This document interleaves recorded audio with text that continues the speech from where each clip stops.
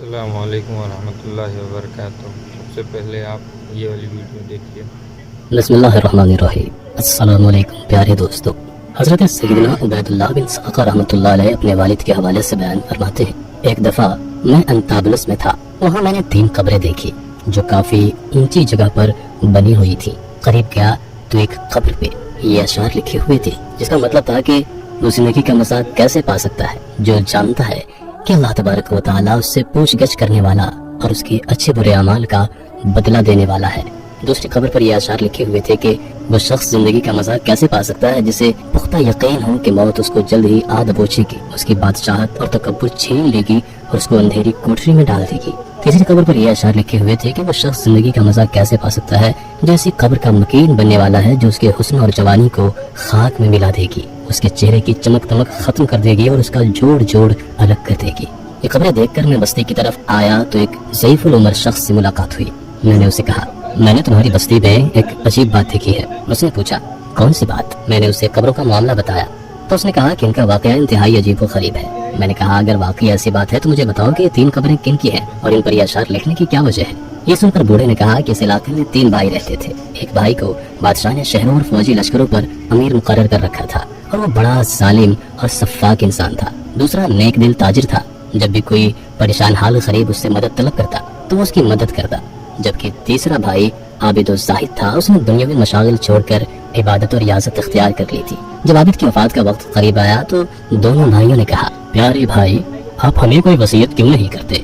عابد نے کہا، خدا عز و جل کی قسم، میرے پاس نہ تو مال ہے، نہ ہی میرا کسی پر قرض ہے، نہ ہی کوئی دنیاوی مال چھوڑ کر جا رہا ہوں جس کے ضائع ہونے کا مجھے کوئی خوف ہو۔ اب تم ہی بتاؤ کہ میں کس چیز کی وصیت کروں؟ یہ سن کر اس کے حاکم بھائی نے کہا، اے میرے بھائی، میرا مال آپ کے سامنے موجود ہے، آپ جو بھی حکم فرمائیں گے میں اسے پورا کروں گا۔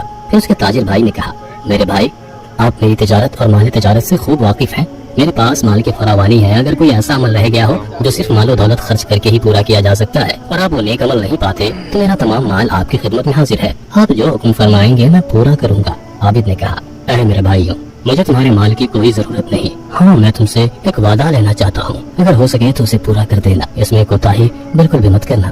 دونوں نے کہا، آپ جو چاہیں عہد لیں، آپ کی ہر خواہش پوری کریں گے۔ عابد نے کہا، جب میں مر جاؤں تو غسل و کفن کے بعد مجھے کسی اونچی جگہ دفنانا اور میری قبر پر یہ اشعار لکھ دینا۔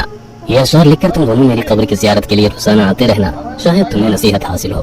جب عابد کا انتقال ہو گیا تو وصیت کے مطابق اس کی قبر پر یہ اشعار لکھ دیے گئے۔ اس کا حاکم بھائی اپنے لشکر کے ساتھ 2 دن تک اس کی قبر پر آیا اور اشعار پڑھ کر روتا رہا۔ تیسرے دن بھی کافی دیر تک روتا رہا۔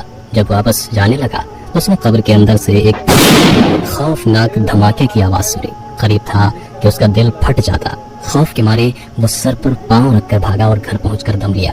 وہ بہت زیادہ غمگین اور خوف زدہ تھا۔ رات کو خواب میں اپنے بھائی کو دیکھ کر پوچھا، اے میرے بھائی، تمہاری قبر سے جو آواز میں نے سنی وہ کس چیز کی تھی؟ کہا، یہ جہنمی ہتھوڑے کی آواز تھی جو میری قبر میں مارا گیا اور مجھ سے کہا گیا، تو نے ایک مظلوم کو دیکھا اور باوجود قدرت اس کی مدد نہ کی، یہ اس کی سزا ہے۔ یہ خواب دیکھ کر اس نے وہ رات بڑی بے چینی میں گزاری۔ صبح اپنے تاجر بھائی اور دوسرے عزیزوں کو بلا کر کہا، اے میرے بھائی، ہمارے عابد بھائی نے اپنی قبر پر عبرت آموز اشعار لکھوا کر ہمیں بہت اچھی نصیحت کی۔ میں تم سب کو گواہ بنا کر کہتا ہوں کہ اب میں تمہارے درمیان نہ رہوں گا۔ پھر اس نے عمارت اور حکومت چھوڑ دی اور پہاڑوں اور جنگلوں میں جا کر عبادت اور ریاضت میں مشغول ہو گیا۔ جب خلیفہ عبد الملک بن مروان کو اطلاع ملی تو اس نے کہا، اسے اس کی حالت پر چھوڑ دو۔ جب اس کی موت کا وقت قریب آیا تو چند چرواہوں کے ذریعے اس نے اپنے تاجر بھائی کو بلاوا بھیجا۔ اس نے آ کر کہا، اے میرے بھائی، آپ مجھے کوئی وصیت کیوں نہیں کرتے؟ اس نے کہا، میرے پاس مال و دولت نہیں جس کی وصیت کروں، بس میں تم سے ایک وعدہ لینا چاہتا ہوں۔ سنو، جب میں مر جاؤں تو مجھے میرے عابد بھائی کے پہلو میں دفن کرنا اور میری قبر پر یہ اشعار لکھ دینا۔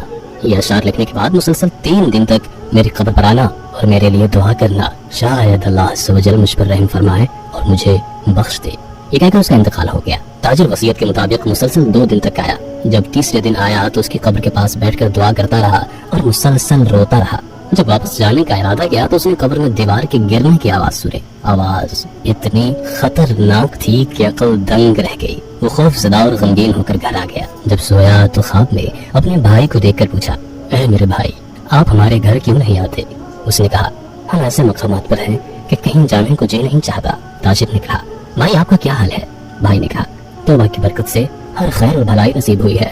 میں نے کہا، میرے عابد بھائی کا کیا حال ہے؟ کہا، وہ ابرار ہوں یعنی نیک لوگوں کے ساتھ ہے۔